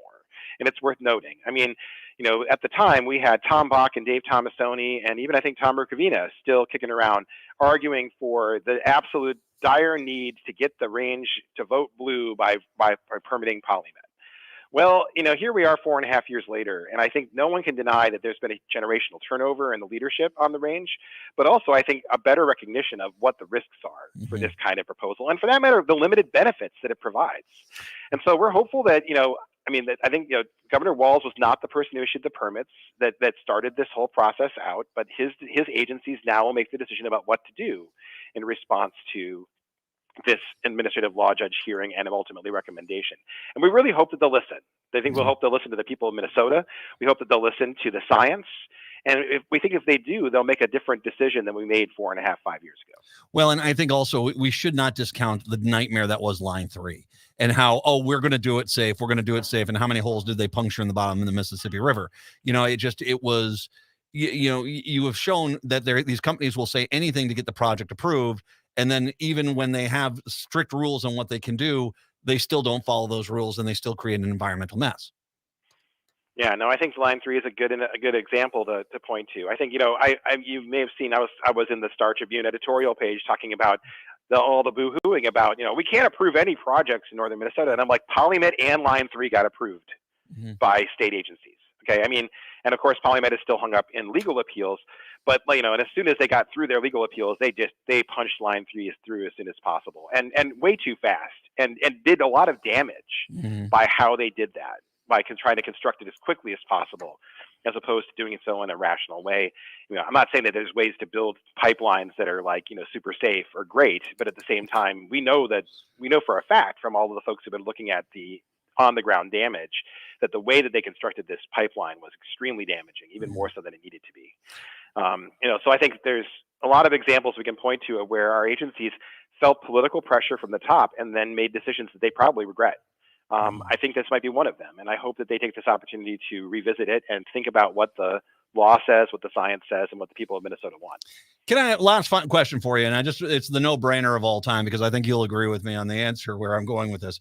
If we basically said, sure, we'll approve any mining project in Minnesota as long as the parent company, the international mining conglomerate, will promise us and guarantee in a contract that if there's any pollution, they'll clean it up. That would solve the problem right there. Because if you had ironclad language in these contracts with the state saying that the international mining conglomerate that's pulling the puppet strings in these things is really the company that's on the line, I don't think they'd even build it, because it'd be so cost ineffective, because they already know that it seems that part of their business model is to pollute the crap out of places that they go. I mean, that is their business model. It's undeniable. I mean, if the mining industry had to pay for the full cost of all of the pollution that they generate, they wouldn't exist. Yeah. We are subsidizing them by accepting the pollution that they put into our water supply. And I think the challenge, of course, is that there is no such thing as an ironclad guarantee that anyone would pay for pollution. I mean, one of the things that corporations are really good at is avoiding ironclad guarantees of all of these kinds of sorts.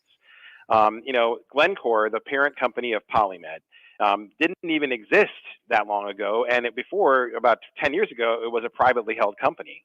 And by the way, Polymed is actually 4 different companies, all with very similar names, all different subsidiaries of each other, and that's done for a reason, is to try to avoid financial responsibility falling on that parent company.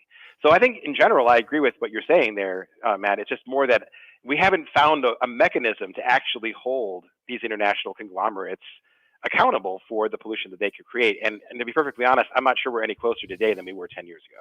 Well, if we did, and they wouldn't even, if they knew that they had to clean it up, they wouldn't even apply for the permit. And that should just tell you everything right there. Right there. That's the entire thing. Aaron Clems, I want to make sure, how do we get people, obviously you're covering this. You got a lot of great information on this. The Minnesota Center for Environmental Advocacy is a great starting point. How can people get in touch and find out more information about what is going on? Well, so our website is mncenter.org, and there's a great piece that explains this entire contested case hearing on our news and events page. One other thing that folks want to get active on this, I just want to point out that on April 4th, the Prove It First bill rally, which our friends at Friends of the Boundary Waters are sponsoring at the Capitol, is happening at 2 p.m. So if you want to come out and push our legislature to require someone to prove that you can do this safely before you give them a permit, you can do that. So show up on April 4th. They'll be there all day in the vault from 10 a.m., the L'Etoile du Nord vault from 10 a.m. on. There'll be a rally in the Rotunda at 2 p.m., so we'll hope to see a lot of folks there. But I hope that you'll join us there. We'll be joining our friends at Friends of the Boundary Waters for that. Aaron Clems, the Chief Strategy Officer for Minnesota Center for Environmental Advocacy.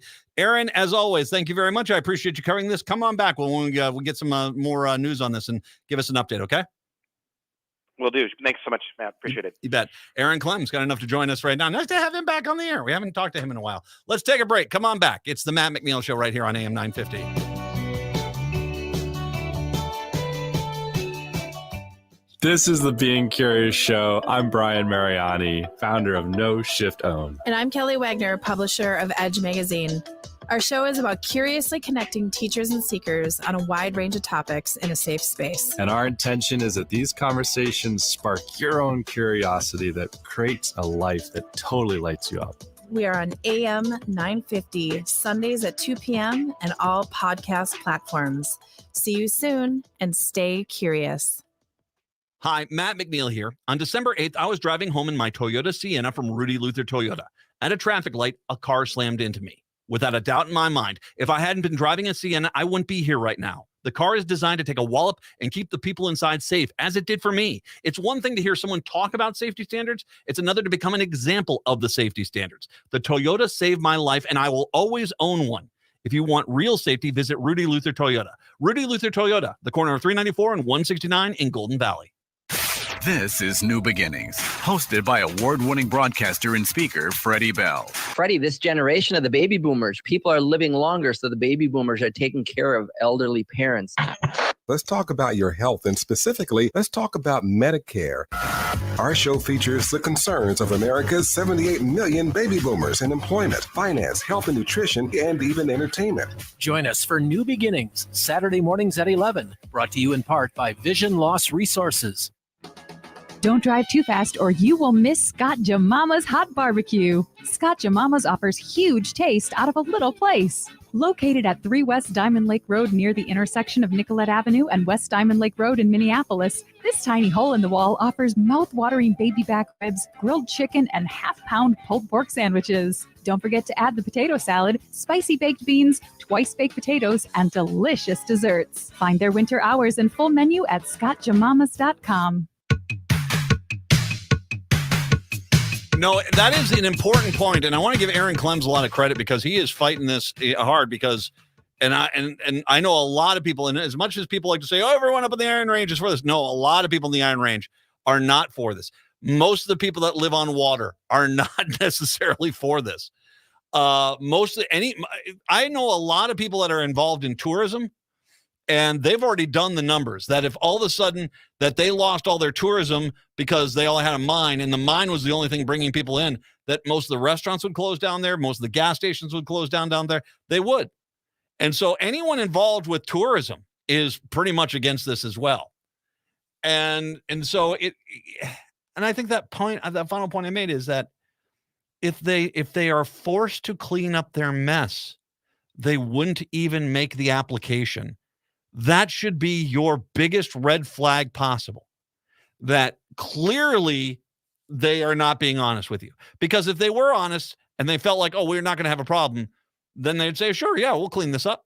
But the fact that they would walk away, they say, nope, we're not even going to try it. If we try to put an ironclad language that basically said the parent company is responsible, the international parent company, Glencore, in this case, is responsible, that Glencore would walk away and say, you know what? Nope, we're not even going to try, because they know they can't do it environmentally safe. That's the only answer you can get. All right. Let's get back to more of the disturbing story stuff. Jen Psaki, the former press secretary who now works for MSNBC, has pointed out that it is March. As a matter of fact, I just did the math. It is 86 days into the year. 86. So far, there have been 129 mass shootings in this country. It is the 86th day of the year. There's been 129 mass shootings already in the United States of America. The 3 children killed today were 9 years old. The 3 children killed today by assault weapons were 9 years old. 9 years old.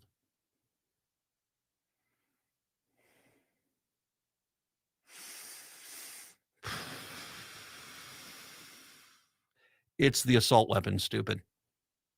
It's the assault weapons.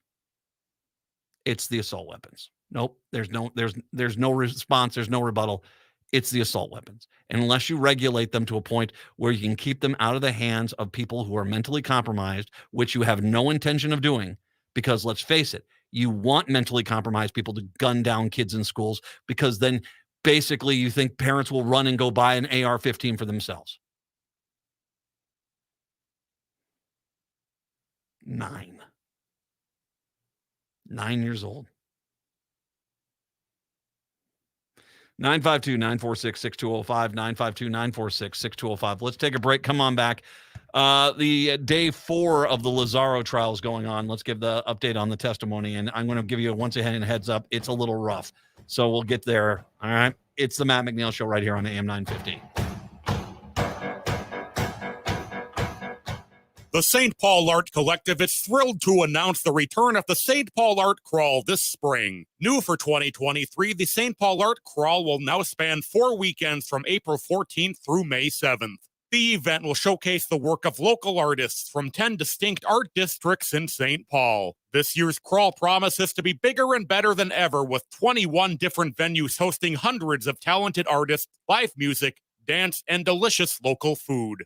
As the longest-running art crawl in the United States, the St. Paul Art Crawl is an iconic event for art lovers and collectors alike. You can explore the city's diverse neighborhoods and experience the unique creative vision of each artist. The casual and family-friendly atmosphere makes it a must-attend event for anyone looking to support local art while having a great time doing it. So wander the St. Paul Art Crawl and discover the wonder of it all. That's 4 weekends spanning April 14th through May 7th. More at stpaulartcollective.org. Hey, it's Patrick. It's March, and believe it or not, it's almost time for spring cleaning. You're not the only one who's tired of winter this year, because your carpets and air ducts are too. Think about the dust, dander, and bacteria living and breeding in your carpet, upholstery, air ducts, and more with nowhere to go. There's only one real way to get rid of that gunk in your home, and that's by calling our cleaning heroes at Zero Res. With Zero Res's platinum-rated cleaning systems and patented ZR water, they will extract all that nasty out of your home, and it will look and smell like a home should. And with the Zero Res Gotta Love It guarantee, you know they will take care of you. This month, get 3 rooms, 0 resified from the Twin Cities' #1 carpet cleaner starting at $129. And take $75 off your air duct cleaning as well to get that true spring cleaning feel. Call 9520-RES or go to ZeroResMinnesota.com right now and say you want the AM 950 special. Zero Res. This is Gregory Rich, host of Drink in the Style and owner of Habitation Furnishing and Design. People often ask me, why habitation for my home? Well, I could give you hundreds of reasons. I could talk about the extensive collection of furnishing suppliers or our exceptionally talented design team. I could talk about service, but the truth is, habitation clients come back room after room and home after home, and that speaks volumes. Habitation puts some drama into your interiors. With a look at your AM 950 weather, I'm Patrick Lilia. Cloudy tonight with a low of 19, then partial sunshine on Tuesday with a high of 37. There's no better time than now to experience the new Maggie's Lounge at Crooner's Supper Club. Serving up light fare and cocktails, no concert ticket is required. Crooner's Supper Club, just north of 694 off Highway 65 in Fridley. CroonersMN.com. AM 950, the progressive voice of Minnesota. By the way, when I was quoting that number from Jen Psaki, that's all gun shootings, all mass shootings in this country. Just school shootings in this country. It's the 86th day of 2023. 86th. There have been 89 school shootings so far this year in this country. And the Republicans refuse to do anything. How many drag show story times have slaughtered kids in schools? How many times has that happened? It's never happened, has it? Nope, not in the least bit. Nope. But hey, that's their biggest concern is, drag queen story hour. What about the shootings in school? The 89 school shootings by the 86th day of the year in this country. You're rushing to judgment. Why are you rushing? Why do you hate guns? Why? We need to ban Dr. Seuss books. 952-946-6205. Jim is in St. Louis Park. Let's get him in really quick. Welcome on in, Jim. Hi. When that shooting happened in Mexico like a week or two ago, one thing I wondered about that, and the media never said a word about that, was the guns they got were probably from America. Well, Jim, unfortunately, your phone's breaking up there. Why don't you give it another chance there, okay? When that shooting happened in Mexico a couple weeks ago, okay, I'm thinking those guns are probably American guns, and we not only have our country awash guns, we have Mexico and Central America washing guns too. Well, and Jim, thank you very much. Your phone, unfortunately, is breaking up, but no, I think it's the influence of America. I think bad behavior by Americans is spilling over into other countries now. The rest of the world looks at us like we're insane. I mean, 89 mass school shootings in this country by the 86th day of this year. There is a decent chance that a child born today, unless we change this pattern, there's a decent chance that child will be near a school shooting at some point. Unbelievable. Okay, so Lazaro is on trial once again as Republicans scream, the greatest threat to children is the drag queen story hour and bucks. That's what they say. That's what Republicans say. That's their big fight right now. Let me read former GOP influencer's trial. Now, I want to once again reiterate, this gets a little rough, and I just want you to be aware of that.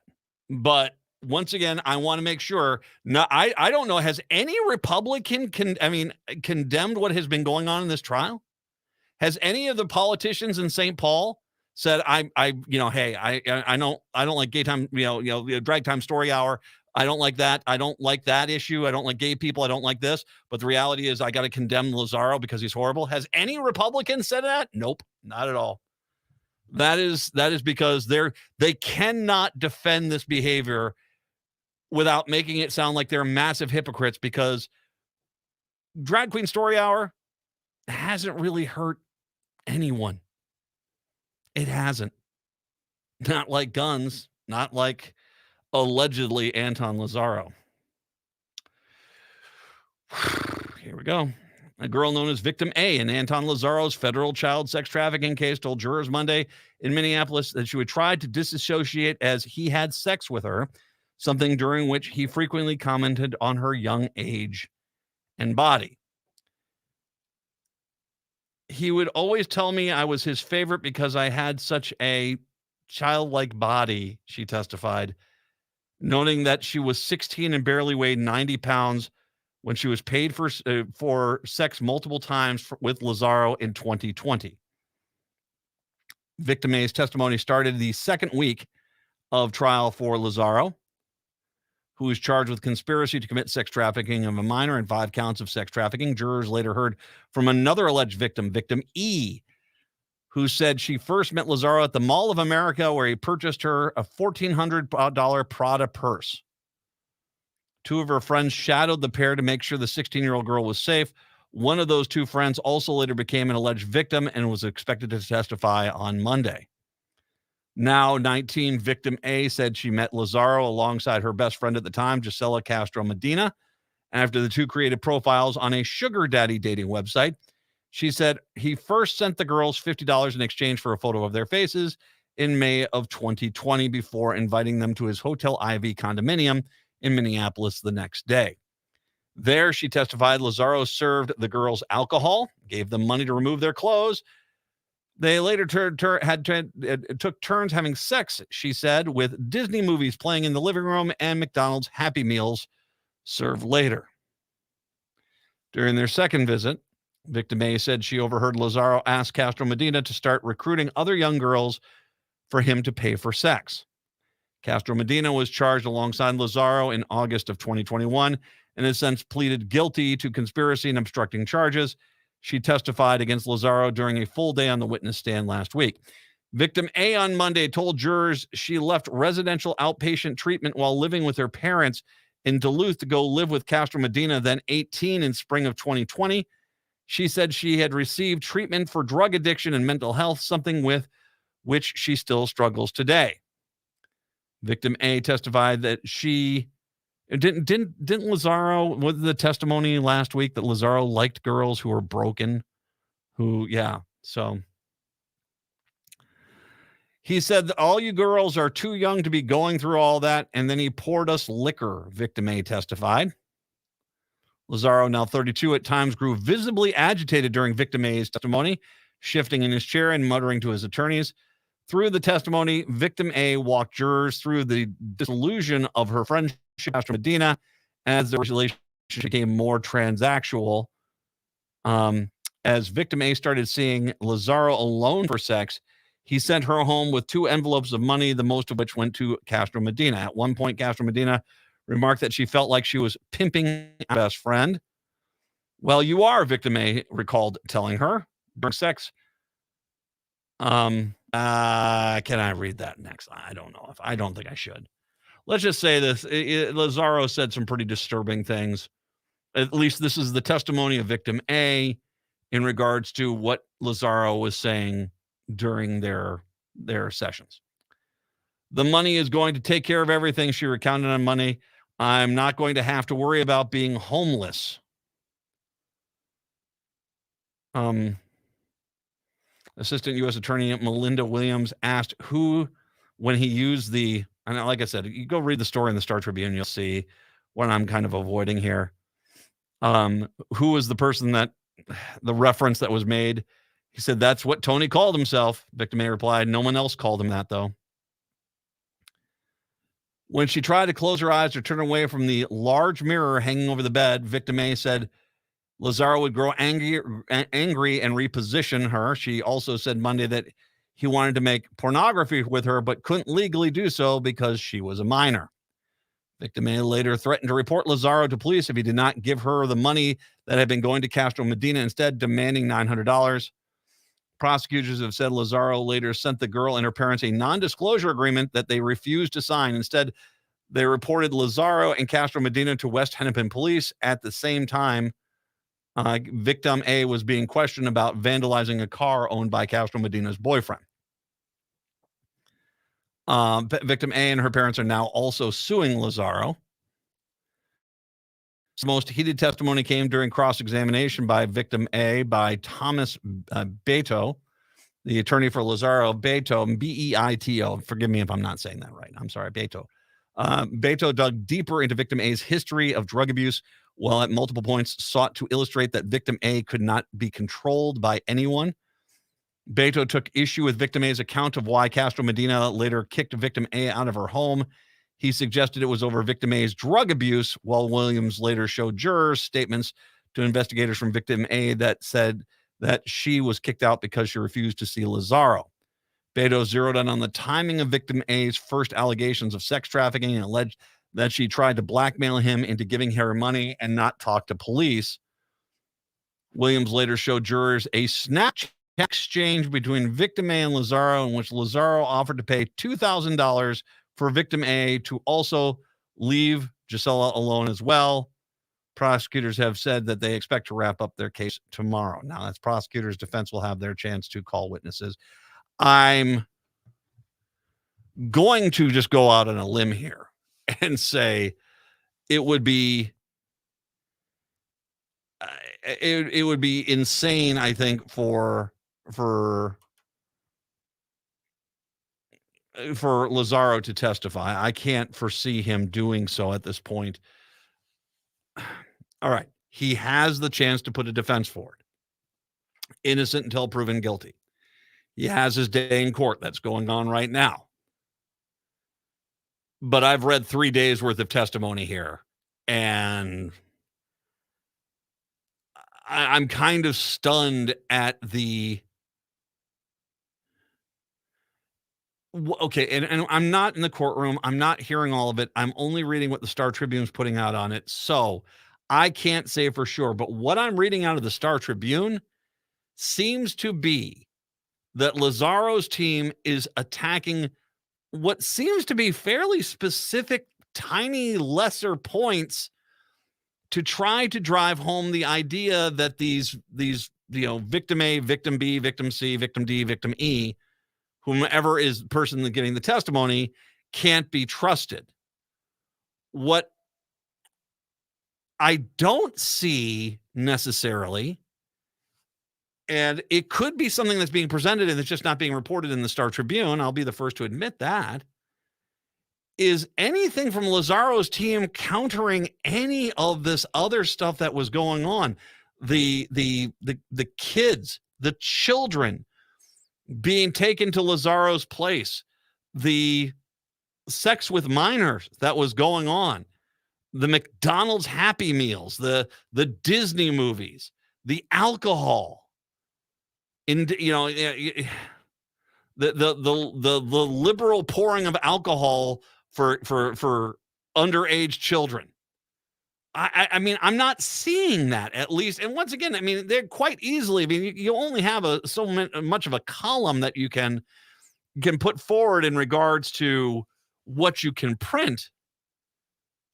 But I mean, it's almost as if they're acknowledging some of this stuff happened and there's not much they can say to do it, because I don't know if it's just because there's so many people that are testifying that their stories match up and theirs don't. I don't know.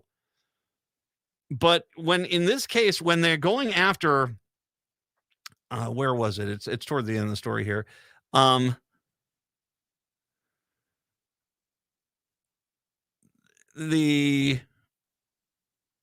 Why it was, okay, so you're talking about why was Victim A, who put all this stuff out, why were they kicked out of Castro Medina's apartment home? Well, it would seem to me a very logical explanation would be the fact that, witness A, Victim A, was at that point saying, I'm not going to tolerate you guys pimping me out anymore. I guess in one sense, I mean, we're going to eliminate Castro Medina from the calculation. I want all the money. Well, that would probably be a very justifiable reason to evict her from the apartment. was because she didn't want to play along with the pimping that was going on, that Castro Medina even testified was going on. This idea that, you know, like I said, it's when you take all the testimony together and you look at the fact that he wanted broken people, he wanted girls that had, you know, emotional problems and family strife and stuff like this. And this girl's story where she's coming out of a rehab center. What was the outpatient? Oh, it was someplace up in Duluth. She was staying there. She left an outpatient facility in Duluth and moved in with Castro Medina. And yeah, she was living with her parents in Duluth. She left a residential outpatient treatment. So, you know, it was clear you're dealing with someone who's got issues on this level. I don't know if, you know, you were shocked you say about drug use. Well, you knew what her background was. I am not seeing anything here in this case that gives me the feeling that there is anything that is, you know, at least I'm not seeing an effective counter argument being put forward by Lazaro's team. That's what I'm not seeing. Not saying it's not there. It just is. Yeah, I'm not quite sure. 952-946-6205, 952-946-6205. I want to remind everyone, if you go to read that story, just know yeah. But once again, Republican Party of Minnesota says the biggest threat to our kids is not stuff like this, allegedly, but is Drag Queen Story Hour, because, yeah, they're broken people. 952, and next they'll tell you about how great guns are. 952-946-6205, 952-946-6205. It's the Matt McNeil Show right here on AM 950.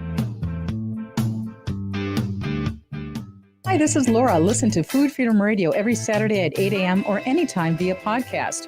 Our individual health is connected to the health of each other and connected to the health of the earth. We know the problems with the dominant food system: climate change, deadening soils, nitrates in the water, factory farming, injustice, concentration of wealth. How do we both as individuals and as a community step up and support a living food system which honors the earth?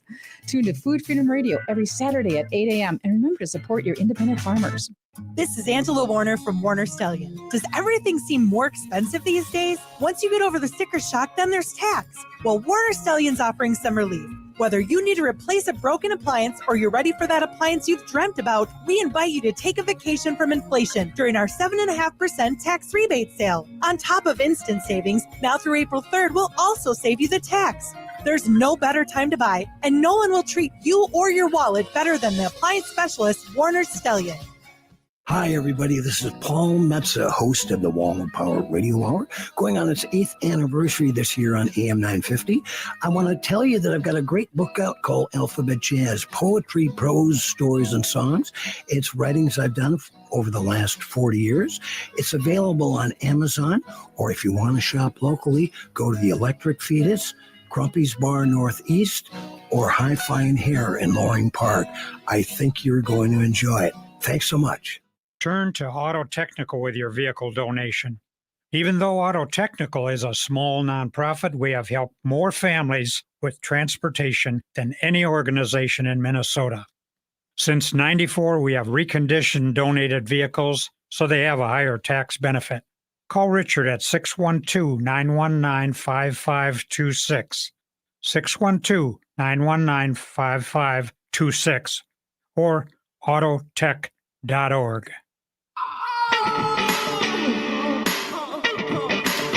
AM 950, the progressive voice of Minnesota. It's the Matt McNeil Show. I will not publish or retweet or share the story, the editorial from the Star Tribune from yesterday.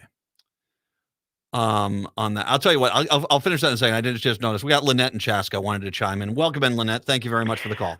That's what I was going to ask, because I just tuned in. That was from yesterday, an opinion story. Yeah, on what the real problems were during the uprising after George Floyd. Oh, okay, not the Lazaro story. No, the Lazaro story is the daily coverage they got because the trial's going on right now. Oh, okay. So that was from, well, the chilling thing, I mean, it's all chilling and horrible, but when you were talking about he wanted girls that are broken, to me, what's the danger to our kids and our girls and our women? Sounds like the Republican Party.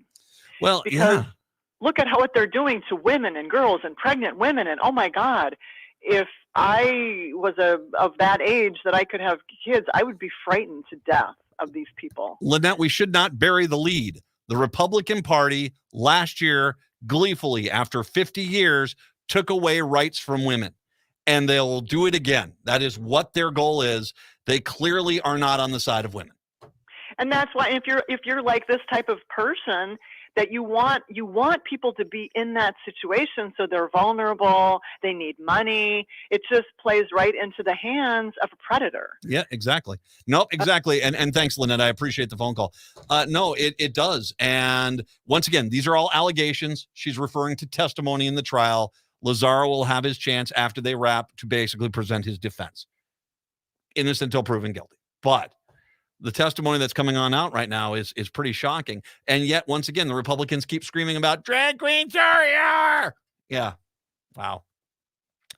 Anyway, back to the editorial. The editorial was basically a retired police officer trying to say, let me make sure you understand what really happened.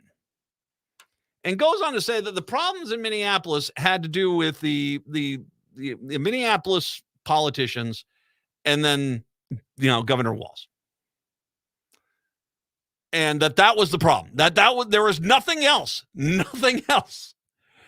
And the first thing I want to say to that jackass who wrote that is the reason this town exploded is 4 police officers murdered a man in the streets. 38th in Chicago.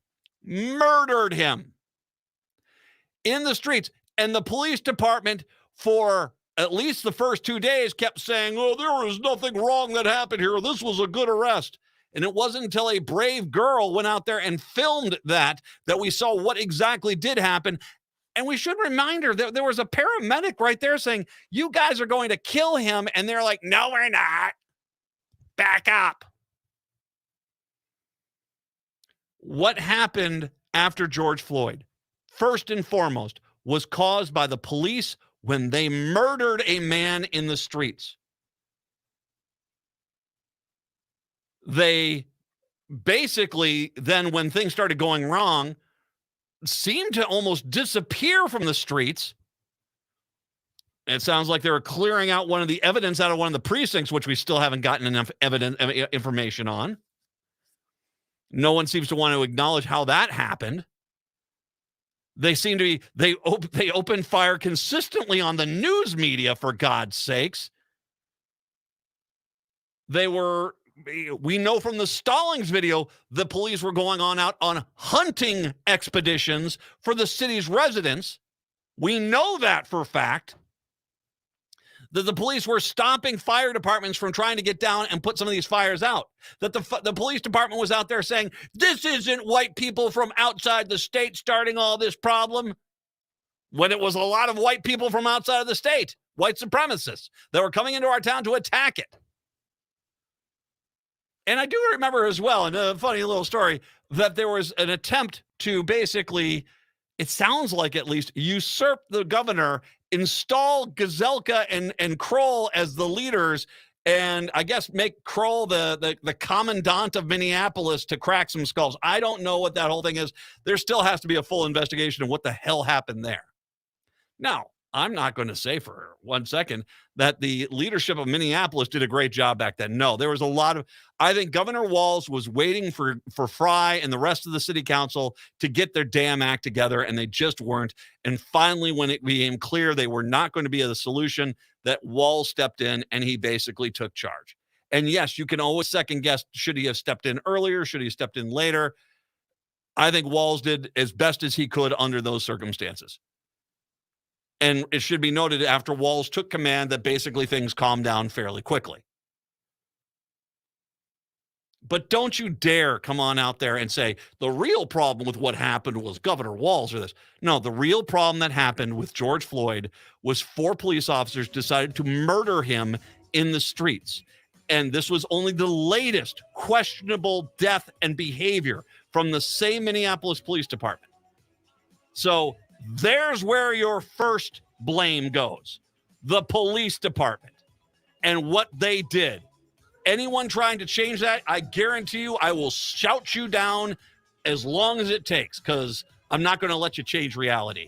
Native Roots Radio comes up in the 6. We're back tomorrow. Till then, see ya. Hi, this is Frank Brown, owner of Minuteman Press Uptown, Minnesota's only minority-owned union